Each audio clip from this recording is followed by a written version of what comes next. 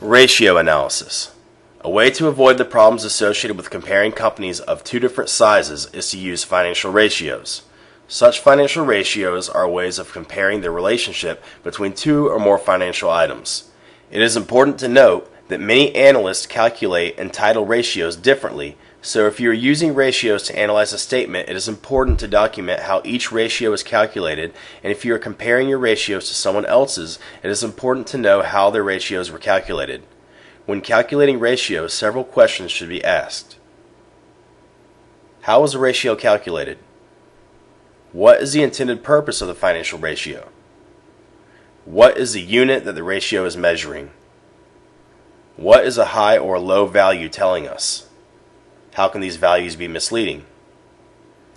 How could we improve on this measure? Financial ratios are usually grouped into the following categories: short-term solvency, or liquidity; long-term solvency, for financial leverage; asset management, or turnover; profitability; and market value. Short-term solvency or liquidity measures. These ratios are used to measure a company's short-term liquidity. The main concern is the company's ability to pay its bills in the short run without any undue stress. For obvious reasons, liquidity ratios are of special interest to short-term creditors. An advantage to looking at short-term items is that their market values and book values are likely to be similar. This is because their lives are not long enough to become too mispriced. The current ratio. The current ratio is one of the most commonly used ratios. It is calculated as current assets divided by current liabilities. In our example, on the balance sheet, you can see that we have $653,000 in current assets and $552,000 in current liabilities.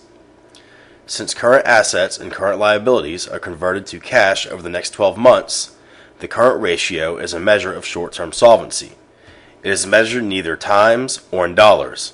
In our example, we have $1.18 in current assets for every dollar in current liabilities.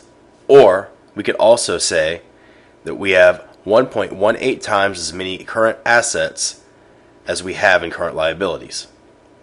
To creditors, the higher the current ratio, the less risky it would be to lend money. A high current ratio can indicate liquidity, but it can also indicate that a company is not efficiently using its assets and other short-term assets. If a company's current ratio is less than 1, then this would mean that they have negative net working capital. This would be an unusually unhealthy sign.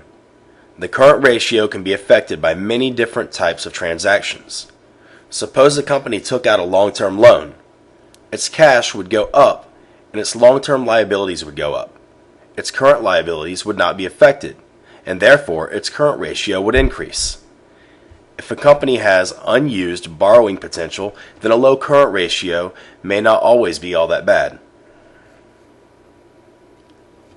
The quick ratio, or acid test.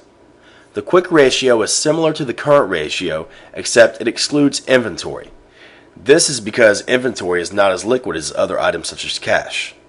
The purpose of the quick ratio is to measure whether or not a company could pay off its current liabilities if they were to come due today.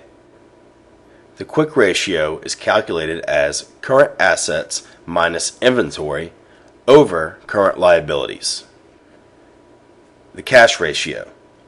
The cash ratio is an even more conservative ratio than the quick ratio, and it measures cash over current liabilities. A short-term creditor may be extremely interested in this ratio.